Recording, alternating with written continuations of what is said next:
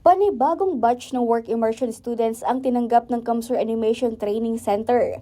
Sila ang mga mag-aaral mula sa Ocampo National High School. 8 estudyante ang sasailalim sa 2 linggong training, kung saan sila ay matututo ng mga pangunahing kaalaman at kasanayan sa animation at digital arts.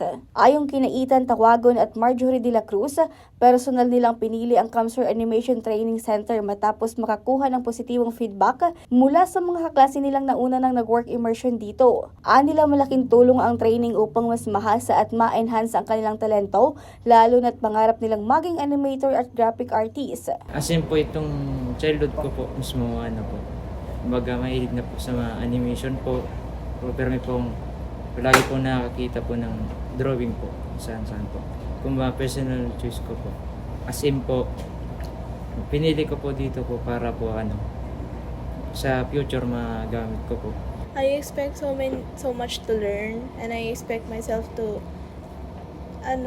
ma-learn po sa mga aking trainer po, and hopefully ma-enhance rin po ang pagka-drawing ko. And I plan to school here po after this work immersion po. Samantala, maliban sa pagtanggap ng mga work immersion students, magbubukas naman ng panibagong batch ng animation training ang Provincial Government of Camarines Sur sa pamuno ni Gov. El Rebello Fuerte sa darating na Marso 30.